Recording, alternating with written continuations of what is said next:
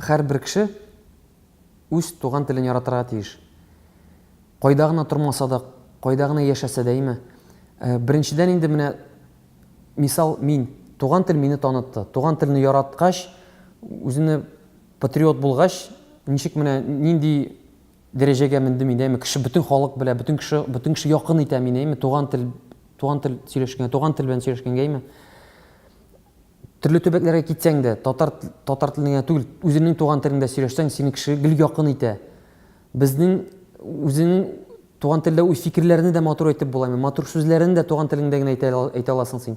Бөтен җырлар да, бөтен шигырьләр дә туган телеңдә генә ишетеп кенә син аны бөтен уй фикерләрен аңлый аласың. Шуңа күрә бөтен кеше туган телен белергә тиеш.